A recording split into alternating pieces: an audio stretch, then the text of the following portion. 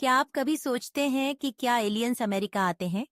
ये सवाल सुनने में थोड़ा अजीब लग सकता है, लेकिन जब हम इसे गहराई से सोचते हैं, तो यह वास्तव में दिलचस्प हो जाता है। अमेरिका, जो कि विज्ञान फिक्शन फिल्मों का गढ़ है, हमेशा से एलियंस के लिए एक आकर्षण का केंद्र रहा है। यहाँ पर यूएफओ साइटिंग्स से लेकर एरिया 51 तक हर चीज ने इस सोच को और भी बढ़ावा दिया है।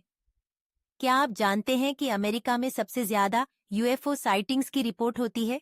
ये आंकड़ा सुनकर आप सोच सकते हैं, क्या यह सच में हो सकता है?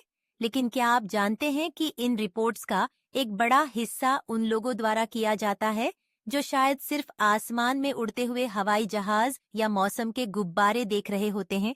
हाँ, यह सच है। लेकिन फिर भी यह हमें यह सोचने पर मजबूर करता है कि क्या वास्तव में कुछ ऐसा है जो हमारी समझ से परे है।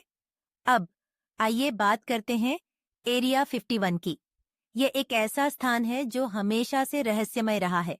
क्या यह सच में एक गुप्त सैन्य जीडी है जहां एलियंस के साथ संपर्क किया जाता है?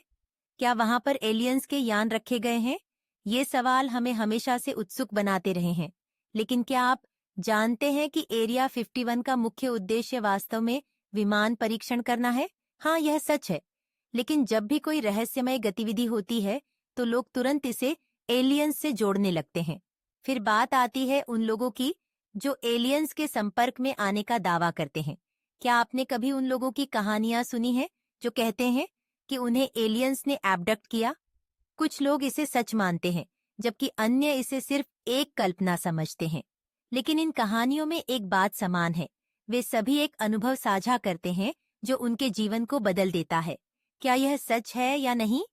लेकिन यह हमें सोचने पर मजबूर करता है कि क्या वास्तव में कुछ ऐसा है जो हमारी समझ से परे है?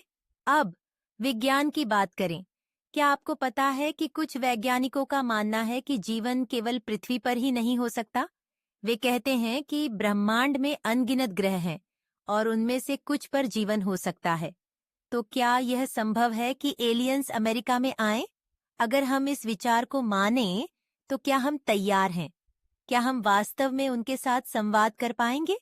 कुछ लोग मानते हैं कि अगर एलियंस आएं तो वे हमें ज्ञान और तकनीक देंगे, लेकिन क्या हम इसे संभाल पाएंगे?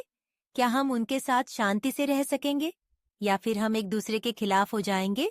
यह सवाल हमारे लिए महत्वपूर्ण है। और अगर हम सोचें कि एलियंस वास्तव में आते हैं, तो क्या वे हमें समझ पाएंगे? क्या हम उन्हें समझ पाएंगे? यह एक ऐसा प्रश्न है जो हमें सोचने पर मजबूर करता है। हम एक दूसरे की भाषाएं समझते हैं, लेकिन क्या हम एक दूसरे की भावनाओं और विचारों को समझ सकते हैं? अब क्या आप जानते हैं कि नासा ने भी इस विषय पर ध्यान दिया है? उन्होंने कई मिशन भेजे हैं जो दूसरे ग्रहों पर जीवन की खोज कर रहे हैं। क्या हम कभी जान पाएंगे कि वहां कोई और जीवन है? क्या हम कभी एलियंस से मिल पाएंगे? यह सब सवाल हमें सोचने पर मजबूर करते हैं। तो क्या एलियंस अमेरिका आते हैं? शायद हम कभी नहीं जान पाएंगे, लेकिन यह सोचने की प्रक्रिया हमें न केवल अपने आसपास की दुनिया को समझने में मदद करती है, बल्कि हमें यह भी सोचने पर मजबूर करती है कि हम किस तरह के समाज में जी रहे हैं। क्या हम एक ऐसे समाज की कल्पना कर सकते हैं जहां हम सभी जीवों के साथ मिलकर रह सकें? क्या हम एक दूसरे को समझने की कोशिश कर सकते हैं, चाहे वह पृथ्वी पर हो या किसी अन्य ग्रह पर?